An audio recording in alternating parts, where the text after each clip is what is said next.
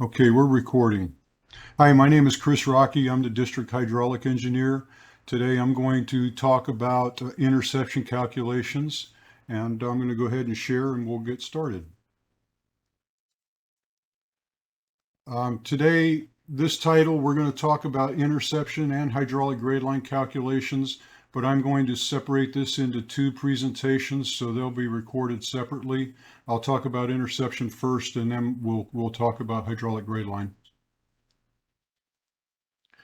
So when we have on the highway, we have the spread in the gutter. We've talked about how to contain the spread in the shoulder. And now that we've got the spread in the shoulder, when it gets to the drainage inlet, we need to make sure that the drainage inlet is big enough to intercept all of that water so that we don't get bypass and end up adding to the flow for the next one. Again, with the drainage reports, we have to summarize what we do so that somebody in the future can come back and duplicate our calculations. And to do that, we start with a spreadsheet similar to this. I meant to attach this spreadsheet to the meeting presentation and I forgot to, so I'll do that after the meeting. Again, starting the location, and we go from the location to the cue that you're going to use for that interception. We're going to check the interception for the 10-year and the 100-year flows because we need to check the culvert for the 10-year and the 100-year flows. And then if you have bypass from a previous drainage inlet, then you would add that in here. And I would hope that you would have a 0. And then the cross section. So to get some of the basic information you'll need for this in FlowMaster, you'll need to go to the design cross sections to get that information. The design cross sections, you've probably seen them, look like these. And then when you zoom in on those, then you'll be able to gather some of the information that you need here. So just give the one that you selected. Usually I pick the one that's closest to the point of interest, the drainage inlet, for example, that I'm interested in. I pick the one closest to there. The size of the drainage inlet, 2 by 6, sometimes might be 4 by 3. 2 by 3 is a standard size, and then it might, and then 2 by 6 tells me those are two of those end to end. Or you might have a 4 by 3, which is two of them side by side. And then the grate type, you're always going to use this as the grate type, and just go with that. The channel slope, and coming over to this section here, we use this to get the slope of the channel, or excuse me, no, the channel slope is the slope of the flow line that's approaching the drainage inlet. And this one happens to be copied from the previous spreadsheet, so we didn't have to retype it. And then you come to the clogging factor. The Highway Design Manual says that we use a 33% clogging factor. We can move off of that higher or lower using our engineering judgment. For example, if you're in the mountains, you might use a higher clogging factor. If you're underneath a lot of trees, you might go to 50%. If you're out in the desert where there's not a lot of stuff blowing around that's going to clog up a drainage inlet, you might knock that down to 25 or even 10 or so.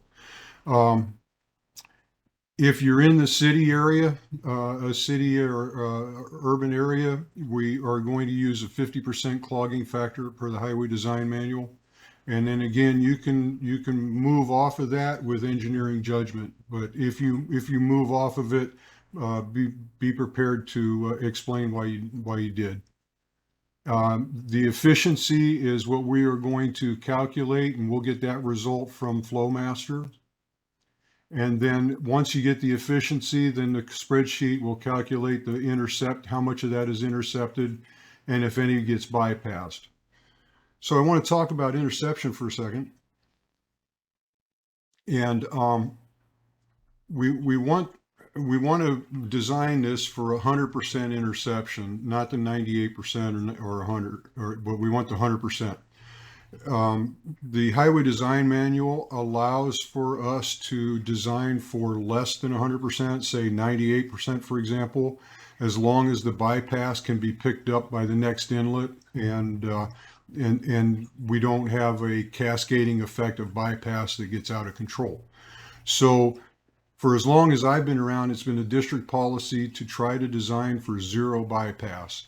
And if you're in a predicament where you really cannot get past the zero bypass, you do have you do have the availability to use bypass if necessary, but really try to avoid it, because if you count on bypass and then you're up in the snow country and the inlets clogged by sand and debris, and then you're getting more bypass than you thought you intended, and then it really does turn into a cascading mess.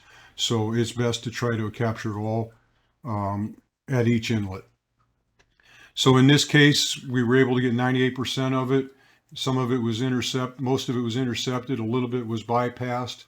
And then you will have to make sure that on your spreadsheet that this bypass would be counted in and added in at the appropriate drainage inlet for the next one down the line. And then the gutter and the road, I'm going to go ahead and explain that. We go to the design cross sections to get that information. And then you've seen the concrete curb and gutter detail, and then we have our standard shoulder, 5% shoulders, and then a 2% shoulder here. So when we're in Flowmaster, when they're asking for the road and the gutter would be this concrete curb and gutter, which is about 8.33%. And then they would be talking about our shoulder as the road. We don't care above ETW, because if it exceeds this red line here, then we have to make a change so that we don't go out there. So the 2% is not something that we consider when we're using the Flowmaster calculations. So when they're talking about road and gutter, it's the shoulder and the curb and gutter. And if you don't have a curb and gutter, then it's just shoulder straight through, so it'd be 5% on both, or whatever is appropriate from your design cross section that you're measuring. And then a couple of different drainage inlets as we get into the calculations. You have the standard 2-foot wide by 3-foot long grate. That's referred to as the G1. And then you have the one that has a curb opening on it,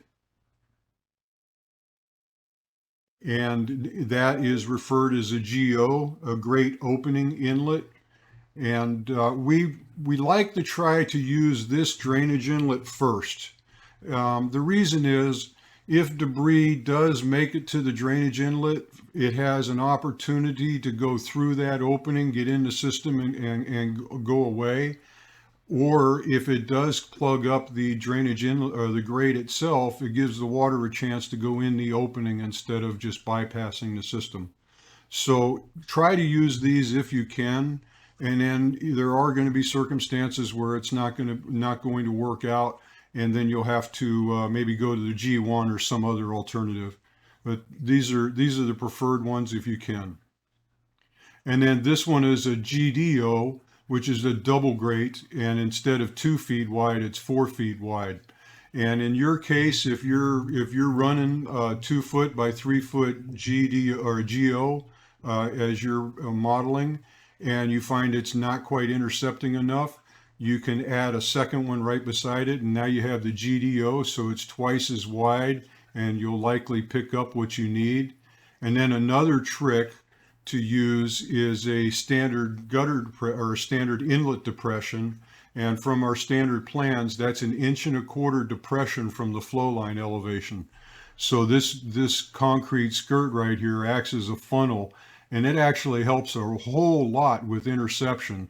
And if you're in snow country, you want to put this skirt around here anyway to get this down out of the way of a snowplow. And if you're not getting enough interception this way, you can add this inlet depression, and that really works nicely. It kind of reaches out and grabs that extra flow and helps to intercept it for you. And then if that doesn't work, then you'll have to maybe double up on the inlets or something to finish it off. And then we talked about the road and the gutter. And then going back and looking at this, the rise and the run in the gutter, and then on the road, the rise and the run just measured from those cross sections. Ultimately, those are the slopes that you need. And if you don't need to go through these calculations to get them, if you happen to know those slopes from some other source, you can just hard type those in.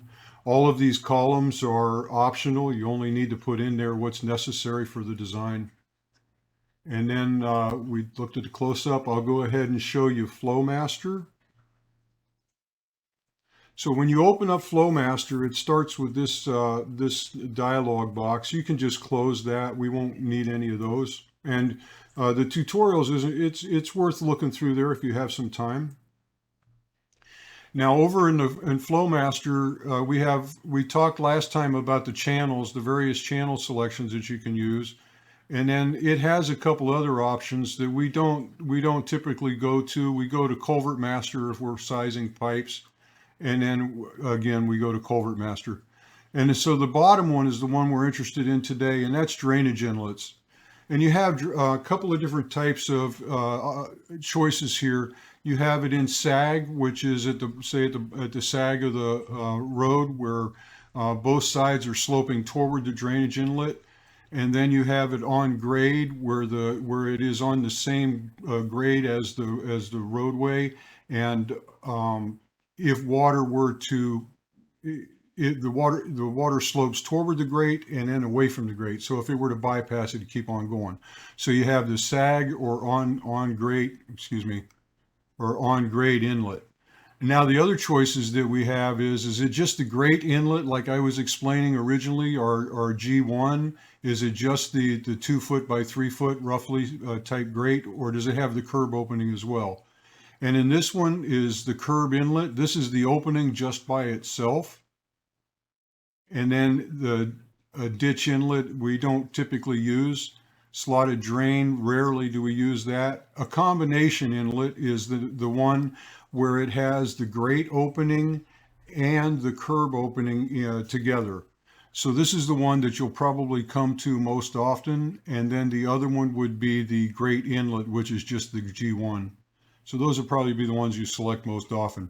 And if it's in sag, ultimately in sag, you're going to get 100% interception because the water is going to stay there until it goes in the DI. So at that point, your concern is how far is it going to spread until it is intercepted. So as you go through the sag calculations, you're going to look for how much it spreads. But every other calculation that we're going to look at is the percent it intercepts. And so we're going to go with a combination inlet on grade. Gives us a dialog box pretty similar to Culvert Master as well. And in this case, the efficiency, we have several choices to solve for, and we're solving for efficiency. We want to know that we're getting that 100%. And the discharge, there we have the Q, the flow that you're interested in, and we're going to use the 10-year and the 100-year event. The 10-year is pretty much an exercise. The 100-year, that's the important one. We want to make sure that that gets in there because the hydraulic grade line, we're not going to allow the headwater to come above the top of the grate. So we're going to have to make sure that there's enough interception that the 100-year gets in through that grate. And then the slope, that's the channel slope of the flow line approaching the grate. The gutter width, in your case, the shoulder width, or it would be the width of that concrete curb and gutter. And then the gutter cross slope. Say that we needed that. I think it's a 2 foot wide gutter, and then it's the cross slope on that is 8.33. And then the road cross slope, that's the one where I said we use a shoulder and not the word and road and not road. And that's where say 5%. And then the roughness coefficient, come in here, we'd come to the material library and come down and select the type of material that we're modeling. Is it asphalt, concrete, or somewhere in between? And once you have those, once you have the roughness coefficient selected, you come and select the type of inlet. Is there going to be a depression? And if you don't have to have the depression to avoid the snow plows, then I would go ahead and leave it out until you need it. And then the depression, so it's 1.25 inches if you choose to use it. And then it's 3 foot wide is the standard plan width of that depression. If but in the standard plans you can change that if you need to. Say you have only a 2 foot wide shoulder or something like that. And then the efficiency, the yellow box, that's the results that we're looking for. And it's going to give us a result there, 98.8% efficient, or we're looking for the magic number of 100% or better. And if you have something less than that, try to tweak it until you can get that 100%. The grate width, the width of those grates are 2 foot. The length of them is 3 feet. And then here, I showed you in the spreadsheet, just always pick this P50 number. When I first started in this, I did all the research and I went back and I looked to see which one was the most appropriate for what I was doing at the time. And this was the answer. And so it takes a lot of time to look in and to figure it out, where it's just go ahead and use it. The clogging factor, that's where I was saying 33% or 50%, and that is the engineering, using your engineering judgment. But most of the time it's probably going to be 33%. And then the curb opening length, that's the same length as the grate. The grate was 3 feet long, so the curb opening length is 3 feet long. And once you've filled in the numbers here, then we come back and we see back to our spreadsheet, and it's given us the efficiency answer that we're interested in. We want to know if it's 100% or 98% or what. Try to get that 100%, and if you can't, then you can back down. But be sure that you have the PE on board who's doing this design, that they understand that they are not able to get the 100% there. That's it. At that point, you have calculated for the efficiency that you needed. If you have a situation where you're in a sag, your efficiency is going to be automatically 100%. So then you just turn your attention to how much does it spread before it actually intercepts that 100%. And then if you don't get the full 100% interception, you can double the width of the grate. Sometimes that'll work for you. And then other times doubling the width doesn't help much. But if you double the length of it, so instead of 3 feet long, it's 6 feet long, that will often help as well. So try those two options. The other would be maybe double both, a double wide grate and double long.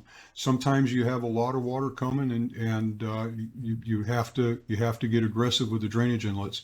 And I think that about covers everything for us. So I will stop at this.